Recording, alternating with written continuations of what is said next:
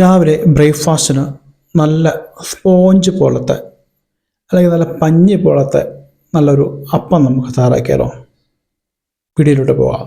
ഞാൻ ഇവിടെ ഏകദേശം 3-3.5 ഗ്ലാസോളം പച്ചരി എടുത്തിട്ടുണ്ട്. ഇത് പച്ചരി എടുത്തിട്ട് 3 തവണ ഞാനത് കഴുകിയിട്ടുണ്ട്. കഴുകിയെടുത്തിട്ട് ഏകദേശം ഒരു 3/4 മണിക്കൂറോളം ഞാൻ ഇത് പച്ചരി കുതിർത്തെടുത്തിട്ടുണ്ട്. എന്നിട്ട് അതിലേക്ക് ഏകദേശം ഒരു 2 തവിയോളം ചോറ് നമ്മൾ ചേർത്ത് കൊടുക്കുകയാണ്. നമ്മൾ ബാക്കി ചേർക്കുന്നത് ഇപ്പോൾ തേങ്ങ ചിരകിയതാണ്. ഇതിപ്പം ഏകദേശം നമ്മളിപ്പോൾ എടുക്കുന്ന ഇപ്പോൾ 2 ഗ്ലാസ് അരിയാണെങ്കിൽ 1 ഗ്ലാസ് തേങ്ങയെങ്കിലും ചേർക്കാൻ വേണ്ടി ശ്രമിക്കണം. എങ്കിൽ കുറച്ച് നമ്മൾ സോഫ്റ്റ് ആയിട്ട് കിട്ടുള്ളൂ. നോർമൽ സ്പൂണിൽ 2 ടീസ്പൂണോളം പഞ്ചസാര ചേർത്ത് കൊടുക്കണം. നമ്മളുടെ 2ാമത്തെ സ്പൂൺ പഞ്ചസാര കൂടെ നമ്മൾ ചേർത്തു. ഒരു 1/4 ടീസ്പൂണോളം ഈസ്റ്റ് നമ്മൾ ചേർത്ത് കൊടുക്കുന്നുണ്ട്. ഒരു 3/4 ടീസ്പൂണോളം ഉപ്പും കൂടെ നമ്മൾ ചേർത്ത് കൊടുക്കുന്നു. ഇപ്പോൾ രാവിലെ നമുക്ക് ചേർക്കേണ്ട ആവശ്യമില്ല. അതിനുശേഷം ഇത് നന്നായിട്ടൊന്ന് മിക്സ് ചെയ്തെടുക്കാറുണ്ട്. അതുപോലെ പച്ചരി എടുത്ത അളവിൻ്റെ പാതി വെള്ളം നമ്മൾ ചേർത്തെടുക്കണം. അപ്പോൾ മഴക്കാലമൊക്കെ ആണെങ്കിൽ ഇളം ചൂടുവെള്ളം ചേർത്ത് കൊടുക്കുന്നതാണ് നല്ലത്. അപ്പോൾ ഞാനിവിടെ ഇളം ചൂടുവെള്ളമാണ് ചേർത്ത് കൊടുക്കുന്നത്.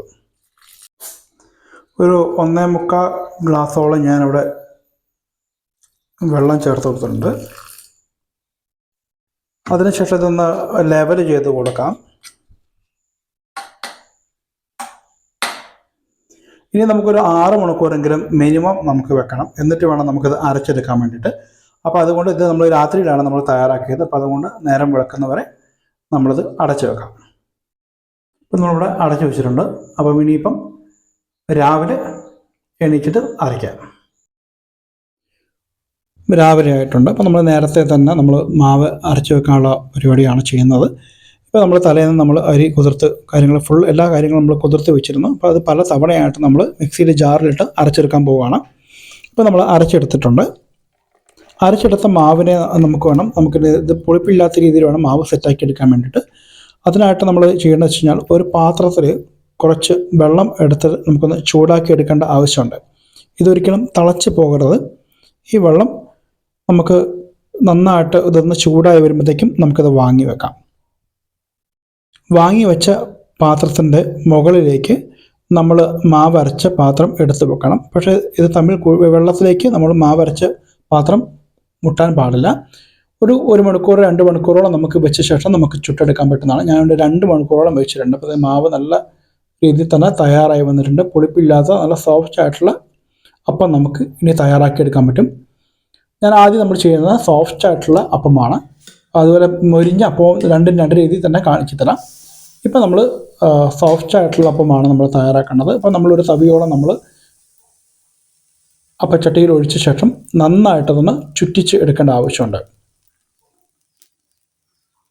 കാരണം ഇതിന് മെയിനായിട്ട് വെച്ച് കഴിഞ്ഞാൽ നമ്മൾ സോഫ്റ്റ് ആയിട്ട് അപ്പത്തിൽ നമുക്ക് എല്ലാ കറികളും കൂട്ടി നമുക്ക് കഴിക്കാവുന്നതാണ്.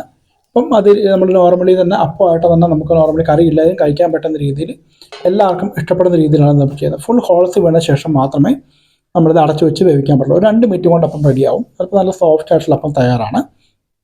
കേട്ടോ, കട്ട് ചെയ്തെടുക്കാൻ വളരെ സിമ്പിളാണ്. പിന്നെ നല്ല പഞ്ഞി പോലാണ് അപ്പം ഇരിക്കുന്നത്. ഇനി അടുത്ത നമുക്ക് സൈഡൊക്കെ നല്ല മൊരിഞ്ഞിരിക്കുന്ന അപ്പമാണ് തയ്യാറാക്കേണ്ടത്. അപ്പോൾ അതിന് ഒരു തവി ഒഴിച്ച ശേഷം ആ തവി കൊണ്ട് തന്നെ മൊത്തത്തിലൊന്ന് ചുറ്റിച്ചു കൊടുക്കണം. അപ്പം അധികം പ്രസ് കൊടുക്കേണ്ട, പതുക്കെ ചെയ്താൽ മതി. അതിനുശേഷം നല്ലോണം ഹോൾസും കാര്യങ്ങളും വീണതിന് ശേഷം നമുക്കിത് അടച്ചു വെക്കാം.